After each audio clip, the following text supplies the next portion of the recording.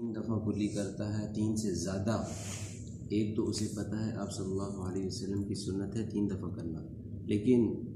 وہ 3 سے زیادہ 5، 7 یا 9 دفعہ اس مرتبہ اس لحاظ سے کرتا ہے، اسے پتہ ہے سنت 3 دفعہ کرنا ہے، لیکن وہ ثواب کی وجہ سے کہ 5 دفعہ کلی کروں گا یا کسی عضو کو دھوؤں گا تو زیادہ ثواب ملے گا، یہ جائز نہیں، کیونکہ آپ صلی اللہ علیہ وسلم کی سنت ہے 3 مرتبہ دھونا، 3 سے زیادہ مرتبہ دھونا اسے پتہ ہونے کے باوجود اس سے قدر زیادہ وہ کام کرنا یہ جائز نہیں، تو اسی لیے لیکن اگر اسے پتہ ہے سنت 3 دفعہ ہے لیکن عادتاً دھوتے ہوئے اسے پتہ نہیں کہ 3 سے زیادہ مرتبہ دھو دیا، 4 دفعہ دھو دیا، 5 دفعہ، لیکن اسے پتہ ہے سنت 3 دفعہ ہے، لیکن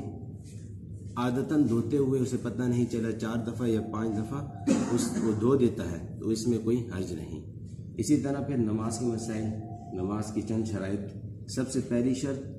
طہارت، پاکی، نماز پڑھنے والی جسم کو نجاست اور جگہ کو نجاست سے بچانا۔ اب جس جگہ پہ نماز پڑھ رہا ہے اس جگہ پہ نجاست نہ لگی ہو، اور اپنے جسم میں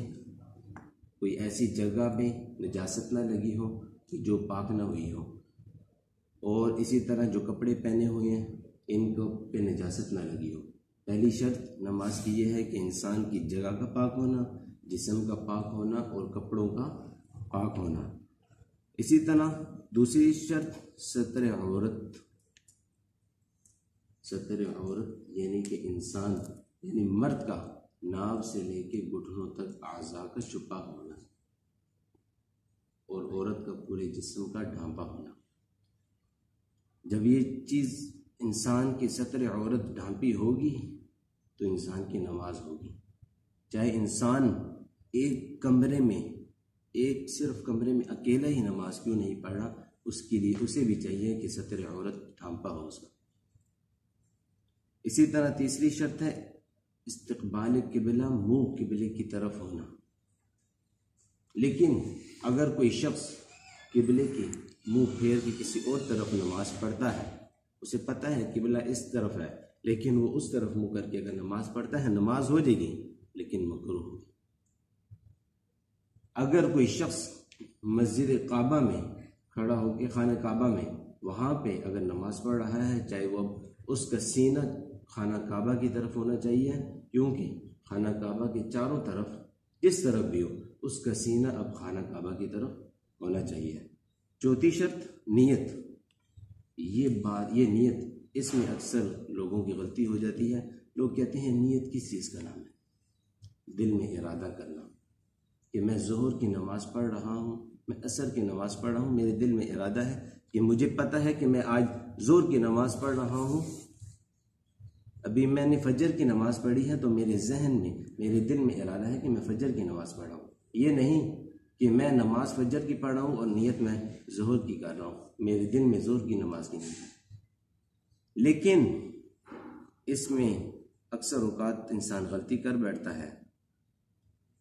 کہ مقتدی کو اپنے امام کی اقتداء کی نیت کرنا بھی شرط ہے۔ مقتدی امام کی اقتداء کر رہا ہے، اب مقتدی کے لیے جو نیت کرنا ہے کہ میں اس امام کے پیچھے وہ میرا خانہ کعبہ کی شریف کی طرف اللہ اکبر، یہ بھی اس کے لیے نیت کرنا لازمی ہے۔ پانچویں شرط، لیکن اس نیت میں یہ نہیں کہ انسان لمبی لمبی نیت کرنا شروع ہو جائے اور ادھر امام اپنی نماز کھڑی کر لے، یہ بھی جائز نہیں۔ ہاں، زبان سے اقرار بھی کرے یہ افضل ہے، دل میں ارادہ تو ہے کہ میں ظہر یا فجر کی نماز پڑھ رہا ہوں لیکن زبان سے اقرار کرنا یہ افضل ہے، اور اتنی کچھ حضرات نیت کرتے ہوئے اتنی لمبی کر دیتے ہیں کہ امام اللہ اکبر کہہ کے نماز شروع بھی کر دیتا ہے، اس کی ابھی تک نیت مکمل نہیں ہوتی، تو یہ بھی جائز نہیں۔ اللہ رب العزت سے دعا ہے، رب العزت عمل کرنے کی